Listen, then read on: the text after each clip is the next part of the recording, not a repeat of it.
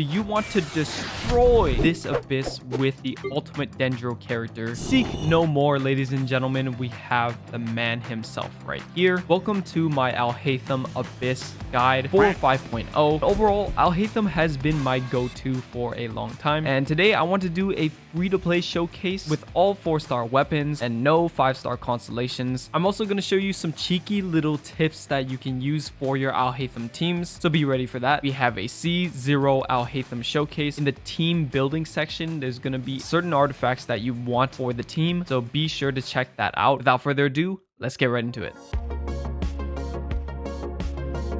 Okay, for the team section, there's a couple teams that I want to pick, but the first character we want is actually another Dendro character. Now, obviously, we're not going to use Nahida. I'm probably going to try and use Yao Yao right here. Yao Yao, she's pretty low investment. I actually don't have her leveled up at all, and she's not the highest HP, but the most important thing is actually a Favonius Lance for the extra energy to the team. It doesn't have to be fully leveled. And one of the other more important things is having another Deepwood memory set. This is super important for Alhaitham for his damage output, and you'll get a good damage increase, especially with Yao Yao. You can just throw her E and then not really have to think about it. Now, I do have C1. C1 is actually gonna give a nice damage increase for Dendro damage. That is very nice right there. And she's actually pretty low investment. We're not really using her ultimate in the showcase. We're mostly just using her for the skill, and it's not very high investment at all. We're actually going to go a Hyper Bloom route. In an actual sense, I would use Raiden, but since this is going to be mostly free to play, this is going to be all 4-star showcases, no 5-star weapons. I'm going to use Kuki, and for Kuki, she's going to be on a full EM build with some energy recharge. You can use any EM weapon. I just have Iron Sting. You're going to be using 4-piece Gilded Dreams, looking for EM or energy recharge. That's going to be your best bet. Something like this would be perfect. She's a lot lower investment than you think, as long as you have 3-piece main stat EM and then looking for that on a Gilded Dream set, you should be more than fine. The best constellations I would actually recommend is C2. C2 is like super important, especially when you're coming to rotations. An extra 3 seconds is actually huge for Alhaitham, but there's a certain tactics. Even if you don't have C2, it is still usable. You're just gonna have to do a certain tech. Now, you might be thinking this is too much healing, or there's 2 healers. Why is there 2 healers? But something great for Alhaitham, since he's going to be using the Harbinger of Dawn, he's gonna really need his HP above 90. And let's say if I was to use Kuki herself, she wouldn't have as much healing, especially we're gonna take a good amount of damage from these enemies. 2 healers is actually pretty viable, especially to keep his crit rate up. You'll see later that we actually still have enough damage. And for a good Hydra applicator, we're just gonna go with Xingqiu himself, and we need good single target damage as we are fighting mostly bosses and tankier enemies. Xingqiu just has a normal standard build. He's on Sack Sword.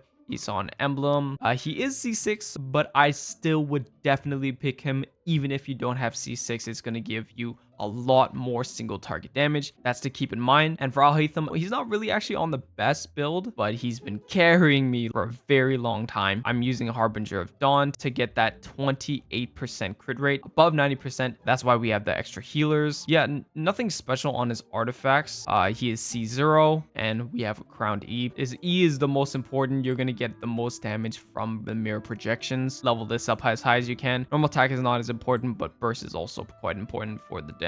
I think some really important things is probably the Fav Lance from Yao Yao is super important for energy. Energy in this team is going to be extremely important. So we're going to be trying to funnel a lot of energy into Alhaitham. This is going to be our team. Without further ado, let's get on with the Abyss Showcase.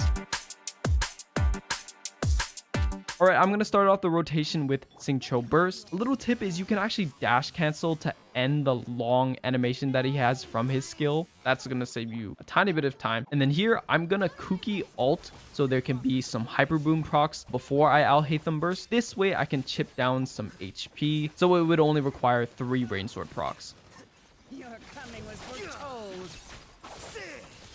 Now, unfortunately, I did not get the kill, but I'm going to still save Alhaitham's burst for the next fight, because the next fight is going to be a tanky one. In this situation, you want to kill the Scorpion first to reduce the defense of the lady, making this fight a lot easier.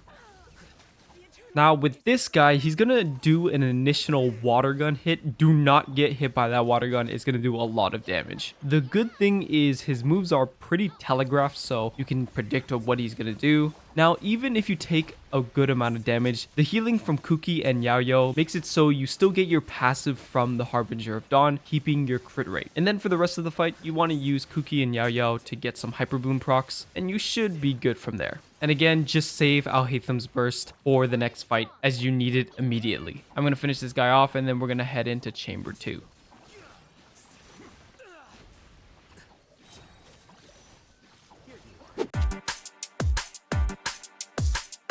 Now in this fight, you want to kill this big sword guy with a full rotation from Alhaitham, and then you want to push him towards the middle so you can just have one dash to start with the Magu Kenki fight.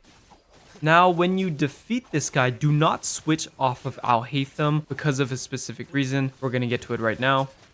And for here, you want to keep auto attacking Magu Kenki even if he's invulnerable. You're going to be able to funnel energy into Alhaitham to prepare for the Magu Kenki fight. Right here, we're going to start off with Xingqiu's burst and then go to Yaoyao, go to Kuki.